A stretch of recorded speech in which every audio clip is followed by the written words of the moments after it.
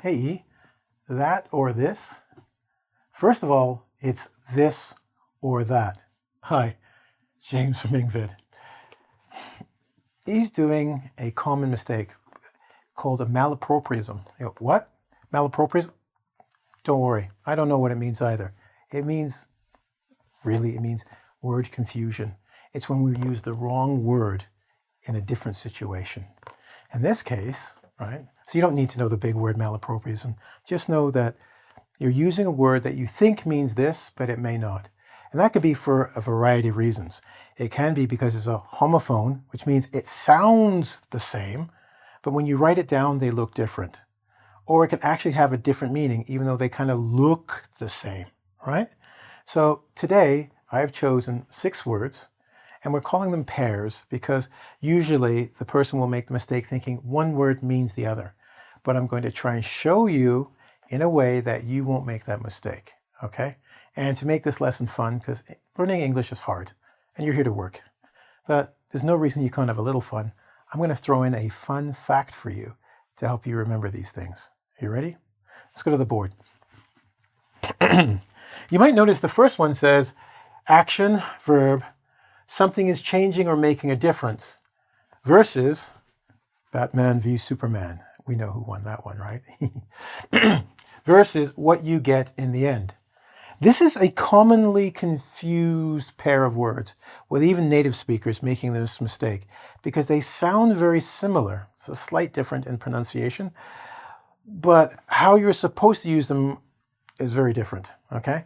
And the first difference we can see is one is a verb and one is a noun, okay? And I'm going to put it here and I'm going to help you with it because it's going to start with A. And this is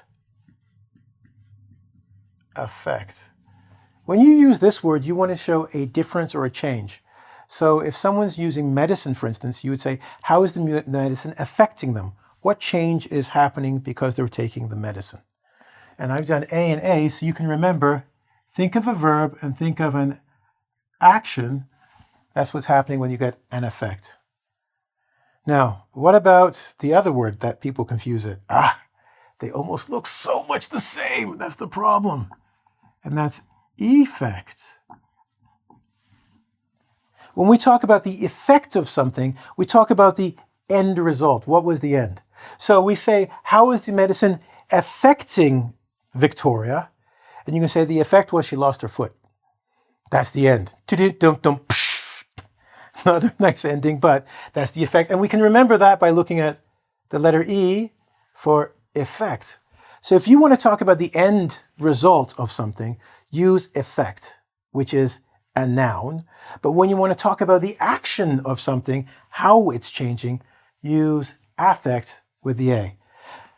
All right, I already know some of you guys out there, you keyboard warriors, James, there's times when effect can be a verb too, and you're forgetting affect as a noun, which is a psychological state. I don't care. I'm talking about how we normally use it. And I just told you I know. Okay? Okay. But that's not for this lesson. I'm talking about basically how it's used and misused. And as long as we can remember, think ending for effect and affect with action, you're going to beat most native speakers. Cool? All right. The next one I'm going to talk about is this one. The subject can see the pain in the other person and feel sorry for them, versus, I feel like I'm in a Tyson fight. Yeah, I wouldn't be in a Tyson fight. He out. He didn't even fight. He's leaving. He doesn't want to die. Sorry. Serious. Okay. The next one is to experience the emotions of another person. Well, that almost sounds the same. You feel sorry? No. Notice this one says to experience the emotions of another person. That means feel them. Well, this one says feel sorry for the person who's in pain. That's not the same, because you can experience them having a good emotion, right? But what are the words I'm talking about? Because you're confused. Now, if you know these words well, if you weren't confused right away, you were like, oh, clearly this must be. And if you were confused, don't worry. You're in good company. A lot of native speakers make this mistake with sympathy and empathy. They think because they feel they're the same words, or they're confused. I used to love watching Star Trek with Lieutenant Deanna Troi. I'm an empath. I feel everything. And I didn't know if she was like feeling sorry for them, because sometimes she goes, his pain is great, Captain, I feel so bad. Or, oh, he's feeling so good. Little secret. I might have said this before in videos. I had zero empathy for a lot of people for a lot of my life when it came to pain. Not because I'm a bad guy, and this is the confusion of the words. When I was younger, I played a lot of sports, and I never really had any injuries or anything get hurt. So when I would see someone with a broken arm or leg, I'd go, oh, too bad, buddy. Must hurt. Sorry. Feel sorry for you. It's not that I was looking down on them, but if you have never felt that kind of pain, you don't know how to have empathy. You can feel sorry for them, and this is why we've got the S. See this? Sympathy, and it's the subject. And this is important. The subject feels. Now, subject, James. Basic grammar, subject, object. The subject feels sympathy for the object, the other person, right? And even if you go, well, feel sympathy for me, I'm in pain, you're still asking me, the subject, to feel for you. There is not me taking your emotion in. I'm just going, yeah, feel bad for you. And honestly, that's how I felt, because I played sports, I got hurt and injured, but nothing bad. So I really couldn't have anything but sympathy for people who were injured. And you're going to go here, feeling sorry, right? And you can see the pain. Notice how I put see the pain? Because you don't feel it. You see it. You're like, oh, that would be bad. I have sympathy for you. It's hard to have empathy. And then one day, I tore my shoulder. 1 year, my arm, I had to hold it in a sling, this thing that holds it up. And if you touched me, I was in great pain. Now, I can see a person down the street with a sling and go, oh, my heart feels for you. I know the pain you're going through. Sympathy and empathy are not the same. And even though, as I said, with empathy, you can have positive experiences. Sympathy is usually negative.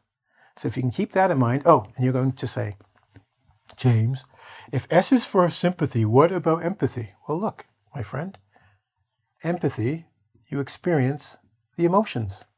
You feel them too. Cool? So with empathy, you experience the emotions. Sympathy, you can see them, and you as the subject feel sorry for them, but you're not feeling it. Don't let people just have sympathy for you, because they're usually looking this way, okay? Now, here's a fun fact. Oops, I've missed a fun fact I know already. What?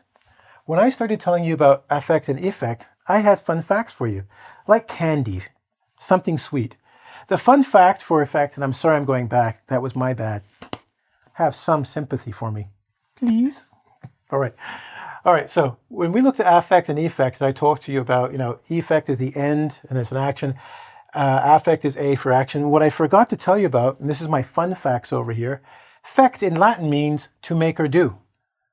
So when we're talking about the effect, right, and the affect, something is happening, right? We're making or doing something. Examples of words you might know is perfect. When something's perfect, it's perfect. What's that? It's made with no mistakes. And when you have a defect, there's something wrong with it. That's a fun fact that we talk about, A and E. Yeah, just remember, fect means make or do. And any word you see at the end of that, now you know something new. And knowing is half the battle. G.I. Joe. Yeah, more than just English. All right, so going back to the fun fact for sympathy and empathy, now that we know sympathy is for a subject, seeing the pain and feeling sorry, and empathy is actually experiencing the emotional pain of the person, we can go over here. And we're going to look at our next fun fact, which is Greek. Fun fact, fun fact, fun fact. English is comprised of 4 languages: the Germanic, the Latin, the Greek, and the French. And one day we'll get into how these all came together to make this wonderful language, and so much confusion for everybody studying it. But you'll notice pathy. And what does pathy mean? Well, it means suffering or feeling. Whoa! What is sorry? Suffering. Someone is suffering, feeling pains, right? So you feel that. And what is feeling? Look, right there. Experiencing the emotions. Both are used here perfectly. Now, some of you are going to say, what is apathy? Well, my friends, this is why we have fun facts. They're bonuses. Apathy is away from feeling or suffering. What? Okay. Close your eyes. Think of those teenagers you see walking down the street like that. Well, keep your eyes open or you won't be able to see me. But imagine, the kid walking down the street like this. Man, everything sucks, man. Nothing's cool in the world, man. They're apathetic. They're away from emotions. They're almost seemingly dead. So when someone's apathetic, they're away from emotions. That's a bonus word. I need a bonus for all this work I'm doing, okay? Okay. Now, our final one, something versus something. What is it? Well, sometimes people will say something or to say something indirectly, so you have to use your imagination to understand it, okay? Versus come to a conclusion or an ending from evidence, something you can see, or thinking with information. They may seem similar, but they're very, very different. In this case, the person doesn't tell you directly. You kind of have to make a picture about it. You may not have information directly showing it, but you make a picture. I'll give you an example. The other day, Mr. E came to me. He was looking at my pants and he was saying, your dryer must be very strong because those pants are getting smaller and smaller every day. And he looked and walked away. He was saying, I'm getting fat. I couldn't believe it. Now, did he say it? No. But he said the dryer, which doesn't change, is getting more and more powerful. Dryers don't get more powerful. He's saying the pants are shrinking because I'm expanding. That's what he was implying, right? So to imply is to use your imagination.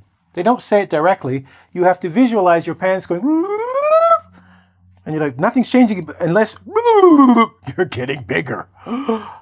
Evil mouse, not mouse, evil worm, that or this. Bad English too. So how is that different from this word? Well, when you infer something, and that's the word we're looking for, infer, you actually will use information to make a conclusion, and you can give it to someone. They will say, how will you know? Unlike imply, where they don't tell you, they will say, well, I noticed that you've been complaining about your pants getting tighter. I've noticed you've been eating more and more donuts, and I've noticed that you haven't been getting any taller, but you are getting wider. So I'm going to infer you're getting fatter. It's true. It's an inference. It's an inference. He's inferred it through different types of information. And here's the easy way to remember this one, to know the difference. When you infer something, you have to have information. You can say it directly. And if you look really carefully, you're going to see that information almost looks exactly like infer. Okay? So even you native speakers, you can now take that, put it in your back pocket and go, I know something that you don't know. I know something you don't know. You'll never get it wrong again, right? Infer looks like information, and you need information to make that conclusion. You can't just say something, and you can be direct. While with imply, you use your imagination to give them the information. So what's the fun fact for imply and infer? Well, a lot of native speakers don't even know there's a difference. They will actually use each word or both words interchangeably and think, I'm saying the same thing. But now you know differently. And another fun fact, this is for another lesson. That's right. In case you notice, you go, but James, this says about companies in the US government and Apple. How are you inferring? I'm not. But I will say to you, I'm inferring that I have a second lesson, a part 2 to this, that I want you to watch. And how will you know it's a different lesson? Well, different colors, different saying. So anyway, thank you for watching this lesson. I hope you got a lot of information out of it. It wasn't just about words that are confused. I wanted to give you a method for making sure you really understand it, and a little bit more information because, you're here, we're working together, and it's nice for you to have something that brings English to life as opposed to learn vocabulary. I think that's kind of silly sometimes. But once you have a better understanding of it, a greater perspective of the language, it becomes fun and interesting. On that note, look out for the second lesson where you're going to find out what this is about. Okay. Thank you for watching. Don't forget to subscribe, right? Somewhere in the box around here. And I look forward to seeing you on the second part of this video. Ciao.